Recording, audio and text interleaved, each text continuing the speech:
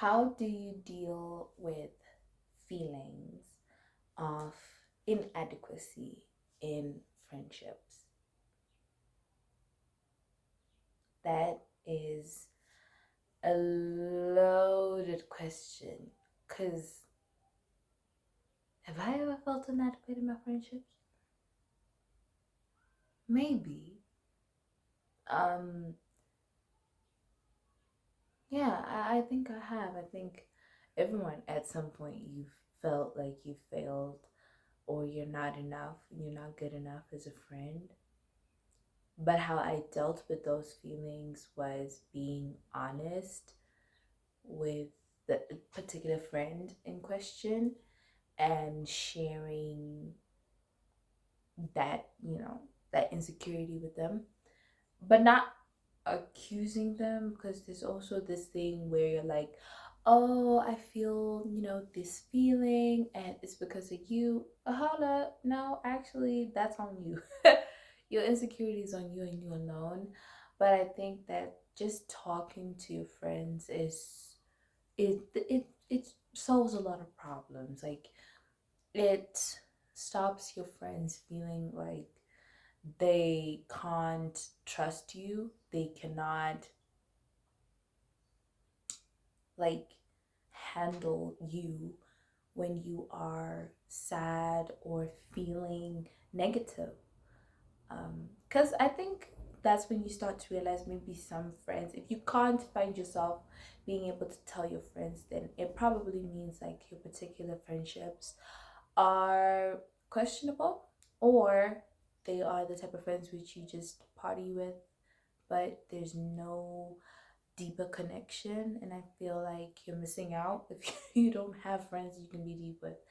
I feel like not just as a woman, anybody, you need a friend, you need friendship, and it's such a beautiful thing. Friendship is such a beautiful thing. And yeah, sometimes you won't feel good enough. I've been, the type of friend who I won't answer texts in time. I will not call all the time, but I do call. Actually, I think in my friendship groups, the various groups I'm in, except for one, I am usually the person who calls to check on my friends. It may happen after like every 6 months or a year, but I do call and I check. I check up on y'all. Um, but in some other friendships, it's somebody else doing the hard work, and I'm so grateful for it because you know all my friendships mean the world to me. And yeah, if you feel inadequate, my advice to you would be go and talk to your friends, please.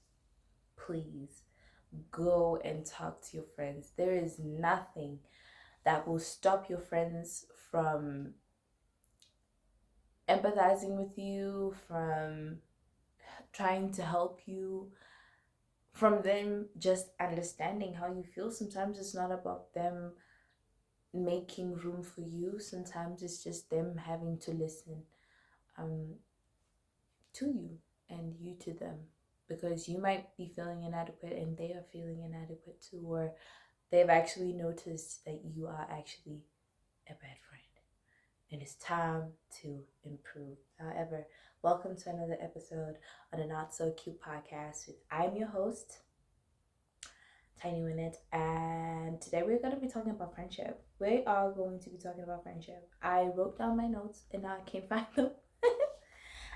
The episode is actually called what? It's called I Suck at Friendships. Well, damn. Navigating friendships can be challenging, and it's something that most of us have felt at one point or another. So grab your water and let's talk about it, okay? So, yeah, I have moments where I feel like I don't get it right. Even when we are in full communication, maybe I just don't know. Like, do you want me to just listen or do you want me to?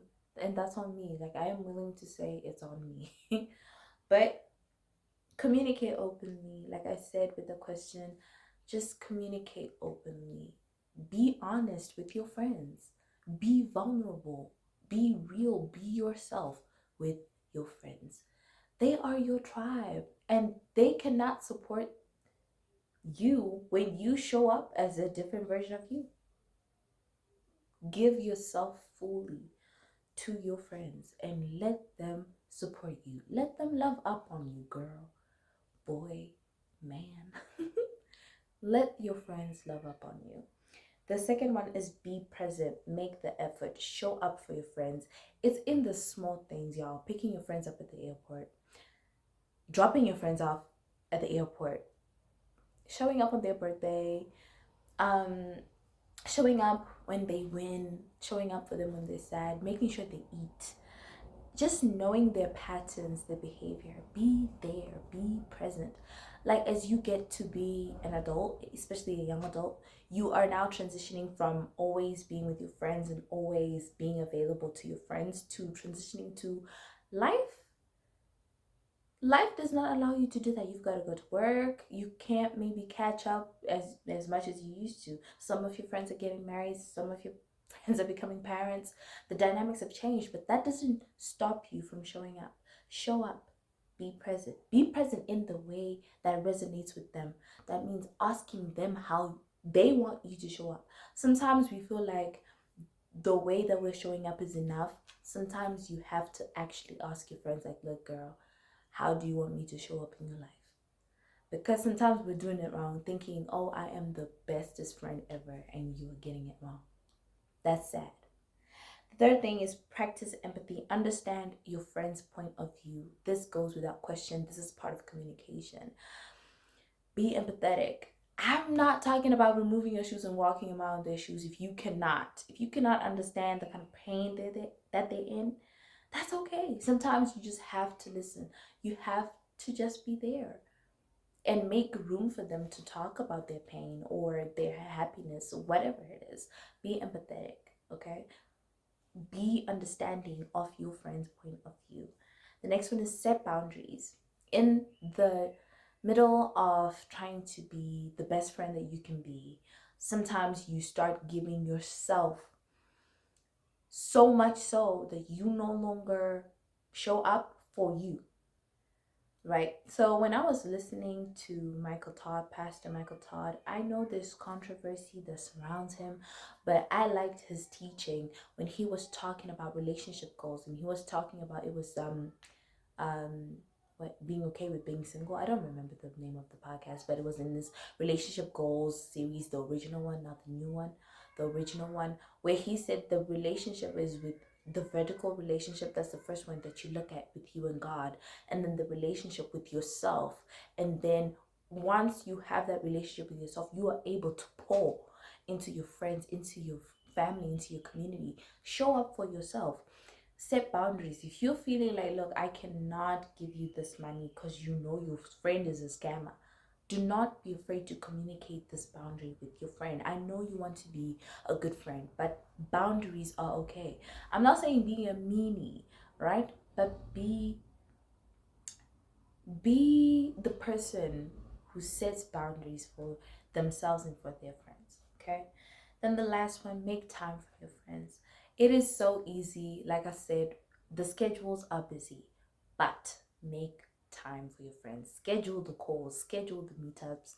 Me and my friend, we scheduled we scheduled like a hangout or a call for every third weekend.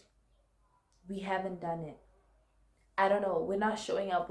We're not showing up. I don't know what's happening, but we are going to work on it. I promise. I'm going to be giving y'all a life update. Do not worry, okay? Um, but make time for your friends. Make time for the people who you love the most, because your friends are the family that you have chosen. You know how your family, you're born into that family. You have no choice but to love your siblings.